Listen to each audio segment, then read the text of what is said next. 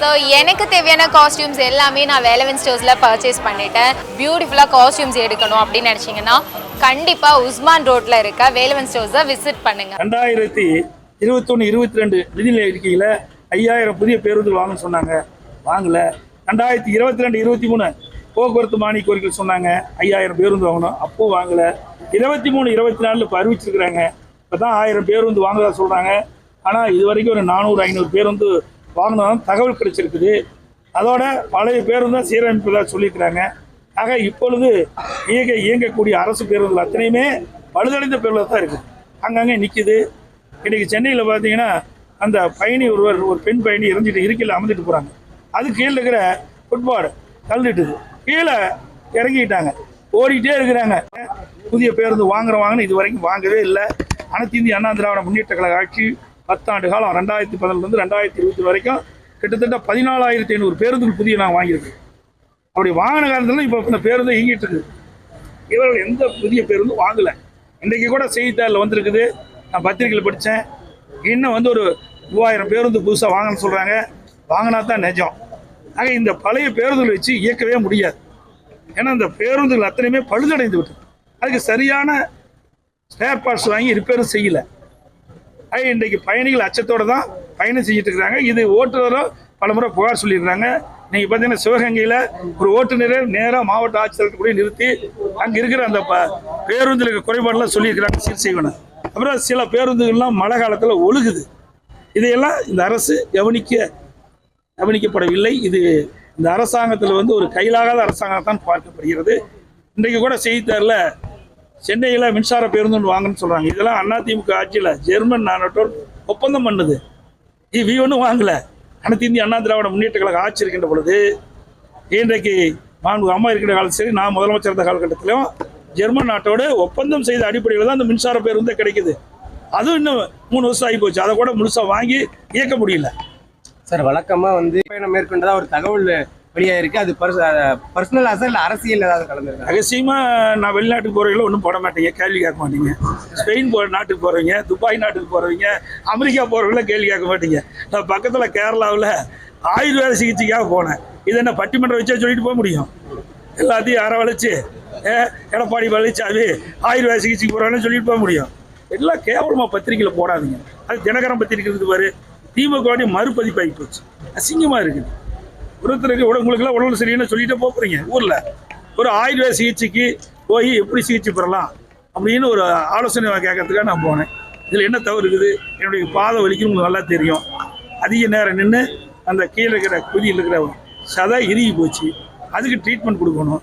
அது எவ்வளோ நாள் சிகிச்சை கொடுக்கணும் எப்படி என்பதெல்லாம் ஆலோசனை பெறுவதற்காக ஆயுர்வேத சிகிச்சைக்கு போய் செஞ்சு ஒரு 3 நாள் இருந்துட்டு வந்தேன்.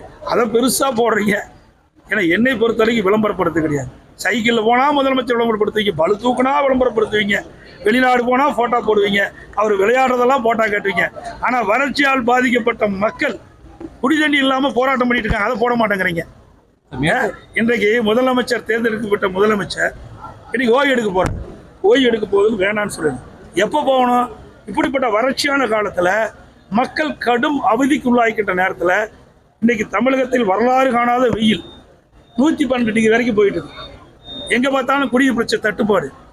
ஊடகத்திலே பத்திரிகை வர செய்தி, இன்றைக்கு குடிதண்ணி இல்லாமல் சாலை மறியல் போராட்டம் நடத்திட்டு இருக்குது மக்கள். ஆக இதையெல்லாம் இந்த அரசாங்கம் கவனிக்கல, இந்த முதலமைச்சர் இதெல்லாம் கவனம் செலுத்தலை. இதையெல்லாம் பத்திரிகையில் போட மாட்டீங்க. ஆனால் இதையெல்லாம் பத்திரிகையில் கொண்டு வர மாட்டீங்க.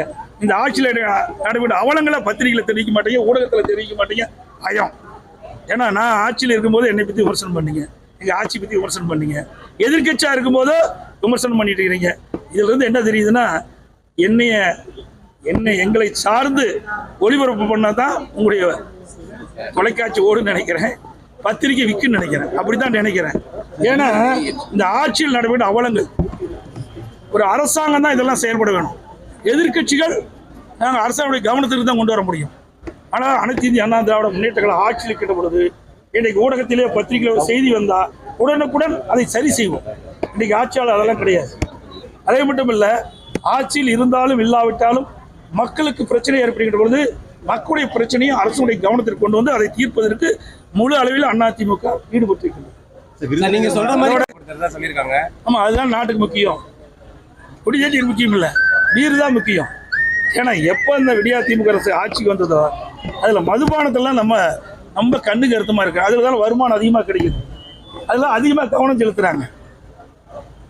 அது மட்டும் இல்லை, இன்றைக்கு இந்த ஆட்சி பொறுப்பேற்புக்கு முன்பு எவ்வளவோ வாக்குறுதி கொடுத்தாங்க. ஆட்சிக்கு தொடர்ந்து 1000 தடுப்பணை கட்டினாங்க.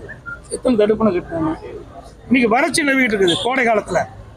இன்றைக்கு வரலாறு காணாத வெப்பம், இதனால் நாளுக்கு நாள் தண்ணீர் நிலத்தடி நீர் குறைஞ்சிக்கிட்டே போகுது. இதெல்லாம் அதிமுக ஆட்சியில் குடிமராமத்து திட்டத்தை கொண்டாந்தோம். அதெல்லாம் இந்த ஆட்சியில் தொடர்ந்து இருந்தா இந்த 2 ஆண்டுக்கு முன்னாடி நல்லா மழை பொழிஞ்சுது.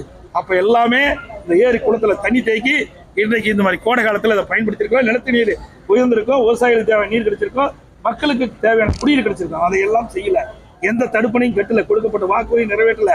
அது மட்டும் இல்லை, அதிமுக ஆட்சியில் கொண்டு வந்த திட்டம் இன்றைக்கு 100 ஏரி திட்டம். நீரேற்றின் மூலமாக 4 சட்டமன்ற தொகுதி, சேலம் மாவட்டத்தில் 4 சட்டமன்ற தொகுதி, மேட்டூர் சட்டமன்ற தொகுதி, ஓமலூர் சட்டமன்ற தொகுதி, சங்ககிரி சட்டமன்ற தொகுதி, எடப்பாடி சட்டமன்ற வறண்ட 100 ஏரிகளுக்கு நீர் நிரப்புகின்ற திட்டத்தை முதற்கட்டமாக 6 ஏரிகளுக்கு நீர் நிரப்புவதற்கு நான் திறந்து வச்சேன். அதுக்கு முன்னாடி ஆட்சி பொறுப்பேற்று 3 ஆண்டு காலம் ஆகுது திமுக ஆட்சி. 3 ஆண்டு காலத்தில் அந்த திட்டம் வேண்டுமென்று அதிமுக ஆட்சியில் தொடங்கப்பட்ட திட்டம் என்ற ஒரே காரணத்திற்காக கிடப்பில் போட்டு இன்னைக்கு போன வருஷம் பார்த்தீங்கன்னா, இன்னைக்கு போன ஆண்டுக்கு முந்தைய ஆண்டு உபரி நீர் மேட்டூர்லேருந்து மேட்டூர் அணை நிரம்பி உபரி நீர் வெளியே போய் கடலில் கிடந்தது. இந்த ஒரு 20% தான் இந்த பணி நிறைவேற்றப்படாமல் இருந்தது. அது நிறைவேற்றப்பட்டிருந்தா இந்த நீரேற்றின் மூலமாக 100 ஏரி நிரப்பியிருந்தா நம்முடைய சேலம் மாவட்டத்தில் விவசாயி இந்த 4 சட்டமன்ற தொகுதிக்கு விவசாயிகளுக்கு நிலத்தடி நீர் உயர்ந்து விவசாய தேவை நீர் கிடைச்சிருக்கோம், குடிப்பதற்கு தேவை நீர் கிடைச்சிருக்கும். அதே போல் அத்திக்கடை அவனாசி திட்டம் அதிமுக ஆட்சியில் 85% முடிச்சிட்டோம். மீதி 15% முடிய வேண்டியிருந்தது. 1652 கோடி முழுக்க மாநில நிதியிலிருந்து கொண்டு வந்த திட்டம். அந்த 15% நிறைவேற்றாத காரணத்தினால அந்த போன ஆண்டு பவானி அணையிலிருந்து பவானி ஆற்றிலிருந்து இன்றைக்கு வெள்ளம் போய் வீணாக போய் கடலில் போய் கிடந்தது. அதையெல்லாம் நீரேற்றின் மூலமாக இந்த விடியா திமுக அரசு பொறுப்பேற்று ஒரே ஆண்டில் இந்த 15% பணியில் நிறைவேற்றிருக்கலாம். அத்திக்கடை அவனாசி திட்டத்தில் அந்த 15% பணி நிறைவேற்றியிருந்தால் அந்த வறண்ட ஏரிகள் முழுவதும் நிரப்பப்பட்டிருக்கும். அதனால் ஈரோடு மாவட்டம், திருப்பூர் மாவட்டம், கோயம்புத்தூர் 3 மாவட்டத்தில் இருக்கின்ற ஏரிகள் நிரம்பி இந்த கோடை காலத்தில் நிலத்தடி நீர் உயர்ந்து விவசாய தேவை நீர் கிடைச்சிருக்கு, குடிப்பது தேவை நீர் இருக்குது. அதையும் கிடப்பில் போட்டு பக்கத்தில் கால்நடை பூங்கா 3 வருஷம் ஆச்சு கட்டி முடிச்சு, உங்களுக்கு எல்லாத்துக்குமே தெரியும். அது அப்படி பூட்டி கிடக்குது.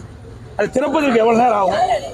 இது வேண்டுமென்றே திட்டமிட்டு அனைத்து இந்திய அண்ணா திராவிட முன்னேற்ற கழக ஆட்சியில் கொண்டு வந்த இந்த பெரிய திட்டத்தை முடக்க வேண்டும் என்ற ஒரே காரணத்துக்காக இந்த கால்நடை பூங்காவை இன்னும் திறக்காத மூடிட்டு 1000 கோடியில் பிரம்மாண்டமாக கட்டப்பட்டு இன்னும் திறக்காத இருக்குது. ஒற்றை செங்கல் உதயநிதி அவர்கள் ஒரு செங்கலை தூக்கி ஊர் பூரா காட்டிட்டு இருக்கார். பல லட்சம் செங்கல் கட்டப்பட்ட கால்நடை பூங்காவை துவப்பதற்கு இவங்களுக்கு என்ன நேரம் தேவை? ஒரு 5 நிமிடம் இருந்தால் போதும். நீங்கள் நேரில் வரட்டை விட காணொலி காட்சியின் மூலம் திறந்திருக்கலாம். எவ்வளோ திட்டத்தை திறக்கிறாங்க, ஏன் இந்த திட்டத்தை மறுக்கிறாங்க? இந்த திட்டத்தை திறக்கப்பட்டிருந்தா, கால்நடை பூங்கா திறக்கப்பட்டிருந்தா அந்த மாவட்ட வளர்ச்சி ஆயிருக்கு. ஆசியாவிலே மிகப்பெரிய கால்நடை பூங்கா, விவசாயிகளுக்கு பயனுள்ள திட்டம். இப்படி இந்த விடியா திமுக அரசு இவர்களும் எந்த திட்டத்தையும் கொண்டு வந்து நிறைவேற்றல. ஏற்கனவே அனைத்து இந்திய அண்ணா திராவிட முன்னேற்ற கழக ஆட்சியில் கொண்டு வந்த திட்டத்தை முடக்கி மக்களுக்கு கிடைக்க வேண்டிய நன்மையை இந்த ஆட்சி தடுத்து நிறுத்துகிறது. இதுதான் இந்த ஆட்சியில் செய்த சாதனை. இரு சமூகத்திலும் அழைத்து சுமூகமான உடன்பாடு ஏற்பதற்கு மாவட்ட ஆட்சித்தலைவர்களும் காவல்துறை கண்காணிப்பாளர்களும் நடவடிக்கை எடுக்கிறதாக எனக்கு தகவல் கிடைச்சிருக்குது. அந்த முயற்சி எடுத்துட்டு இருக்கிறாங்க. இது அமைதி நிகழ வேண்டும். ஆக இதை ஒரு பெரிதாக பெரிதுபடுத்த வேண்டாம் என்று இந்த நேரத்தில் கேட்டுக்கிறேன். அனைவரும் சகோதரத்தோடு வாழ வேண்டும். குடும்பமா வாழ்ந்துட்டு இருந்த பகுதியில் ஏதோ சில காரணத்துக்காக இப்படிப்பட்ட பிரச்சனை நிகழ்ந்துட்டது. உண்மையிலே வருத்தம் அளிக்கிறது. நம்ம மாவட்டத்தில் அழைச்சது வருத்தம் அளிக்கிறது. இந்த விடியா திமுக அரசு இதற்கு உரிய முயற்சி செய்து அங்கு இருக்கின்ற ஒரு சுமூகமான சூழ்நிலை ஏற்படுவதற்கு இன்னைக்கு பீஸ் கமிட்டி போட்டு நடவடிக்கை எடுக்கணும். அதுக்கான முயற்சி எல்லாம் எடுக்கப்படுவது தகவல் கிடைச்சது. ஸ்ட்ராங் ரூம்ல வந்து சிசிடிவி கேமராக்கள் வந்து அடிக்கடி பழுதாயிட்டு இருக்கு. இது எப்படி பாக்குறீங்க? இந்த ஆட்சியுடைய நிர்வாக கோளாறு தான் பார்க்க முடியும். இந்த ஆட்சியில் நிர்வாகமே கிடையாது. இதே அனைத்து இந்திய அண்ணா திராவிட முன்னேற்ற கழகம் ஆட்சி இருக்கின்ற போது தேர்தல் நடந்தது. இப்படிப்பட்ட சம்பவம் எங்கேயும் நடக்கல. அது உரிய முறையில் நாங்கள் பாதுகாத்துட்டு இருந்தோம். இன்றைக்கு இந்த விடியா திமுக ஆட்சி ஏற்பட்ட பிறகு இன்றைக்கு வெப்பம் அதிகரிச்சிட்டு, இந்த கோடை காலத்தில் எவ்வளோ மின்சாரம் தேவை என்பதை முன்கூட்டியே அறிந்து அதுக்கு தேவையான ஏற்பாடு செஞ்சுருக்கணும். அதுவும் தவற விட்டுட்டாங்க. எங்கே பார்த்தாலும் அடிக்கடி மின்தடை ஏற்படுது. அதுக்கு நிரந்தர தீர்வு கிடையாது. ஒரு கையிலாகாத அரசாங்கம் என்பதற்கு இதுதான் சான்று. சவுக்கு சங்கர் கைதுப்பட்டு அனைத்து இடத்துல விபத்து ஏற்பட்டிருக்கு. இதை எதேச்சியா பாக்குறீங்களா? இல்ல அனைத்து இடத்துல விபத்து வேற ஏற்பட்டிருக்கு, கைது செய்யப்பட்டிருக்காரு. திமுக குறிப்பா தமிழக அரசுக்கு எதிராக நிறைய வலைதளங்களை பேசியிருந்தாரு. இது வந்து எனக்கு இன்னும் அது முழுசா எனக்கு விவரம் தெரியல. தெரிஞ்ச பிறகு காவிரி நீர் குறித்து தமிழக முதலமைச்சர் இது வரைக்கும் ஒரு வார்த்தை கூட கேட்காம அவர் எதுவுமே பேச மாட்டாரு. தமிழ்நாட்டை பற்றி அக்கறை இல்லாத ஒரு முதலமைச்சர். இவருக்கு இன்றைக்கு இந்தியா கூட்டணி மீது தான் ரொம்ப அக்கறை. மத்தியில் ஆட்சி அதிகாரத்துக்கு வரணும், மாநிலத்தில் ஆட்சி அதிகாரம் இருக்கணும், 2 பகுதியும் ஆட்சிக்கு வந்த பிறகு கொள்ளையடிக்கணும். இதுதான் இவருடைய திட்டம். நாட்டு மக்களுக்கு குடிநீர் பிரச்சனை ஏற்படுது. நமக்கு காவிரியில் கிடைக்க வேண்டிய பங்கு நீர் கர்நாடக அரசு திறக்க மறுக்குது. அதுக்கு எந்தவித குரலும் கொடுக்கல, எந்தவித கண்டிப்பும் இல்லை, அதுக்குடைய முயற்சியும் எடுக்கல. அதே இன்றைக்கு ஒரு கையிலாகாத அரசாங்கம் என்பதற்கு இதுதான் சான்று. அதே இன்றைக்கு இந்தியா கூட்டணியில் அங்கம் வைக்கின்ற காங்கிரஸ் கட்சி இதை முன்னிறுத்தி நடத்துறது. நமக்கு கிடைக்க வேண்டிய பங்கு நீரை இன்றைக்கு கர்நாடக அரசு பேச்சுவார்த்தை நடத்தி அங்கிருந்து திறப்பதற்கான நடவடிக்கை மேற்கொள்ளையே. அப்புறம் இந்தியா கூட்டணி சேர்ந்து என்ன பயன்? இதனால் நாட்டு மக்களுக்கு என்ன செய்ய போறாங்க? இந்த திமுக இந்த இந்தியா கூட்டணி வச்சிருக்கிறீங்க, இதனால நாட்டு மக்களுக்கு என்ன நன்மை? நமக்கு உச்சநீதிமன்றம் அளித்த தீர்ப்பையே இவர்களால் நடைமுறைப்படுத்த முடியலையே. நியாயமா கிடைக்க வேண்டிய நீரை கூட இவர்கள் பெற்றுத்தர முடியலையே மக்களுக்கு.